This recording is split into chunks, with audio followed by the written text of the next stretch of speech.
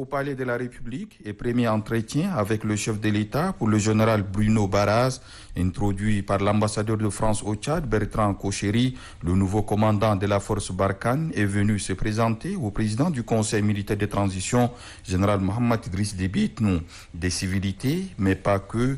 Une appréciation de la situation sécuritaire dans le Sahel a été faite à la lumière des dernières évolutions sur le troisième chef d'État africain que le nouveau Comforce rencontre dans l'objectif, dit-il, de mieux cerner les besoins en termes de soutien que la force Barkhane, dans sa phase actuelle de réactualisation, pourrait apporter aux armées sahéliennes. C'était pour me présenter au président et lui exposer les évolutions du dispositif Barkhane qui a lieu au cours des derniers mois et renouveler le fait que les forces françaises stationnées à N'Djamena étaient en appui de l'armée nationale tchadienne et que nous ferions toujours, comme nous l'avons toujours fait, notre travail de coopération et de partenariat avec nos camarades et nos frères d'armes tchadiens.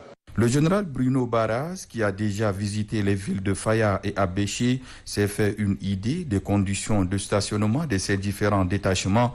Le Tchad, qui abrite le poste de commandement, à l'entendre parler, consolide son statut d'allié privilégié et crédible dans la lutte contre le terrorisme dans le Sahel. Le Tchad nous offre la possibilité de pouvoir y déployer le PC, le poste de commandement, qui permet de diriger ces opérations. Et nous offre l'amitié d'avoir cette zone stable qui nous permet de travailler en toute sécurité sur la bande sahélo-saharienne. Et donc ça, c'est une grande avancée pour nous, c'est un grand point positif pour nous. Un excellent terrain d'entraînement pour nos unités avant qu'elles soient engagées dans des zones de combat un peu plus dures. C'est cette amitié que nous fait le Tchad, qui est un juste retour des choses, puisque l'histoire a uni nos deux pays.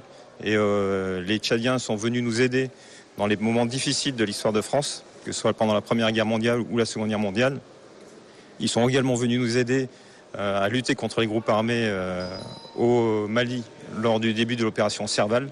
Et donc cette fraternité d'armes, nous la saluons et nous espérons qu'elle durera le plus longtemps possible. Dans l'accomplissement de sa mission depuis son poste établi en N'Djamena, le général Bruno Barras compte surtout exploiter les possibilités de développer des entraînements conjoints entre les forces armées tchadiennes et françaises.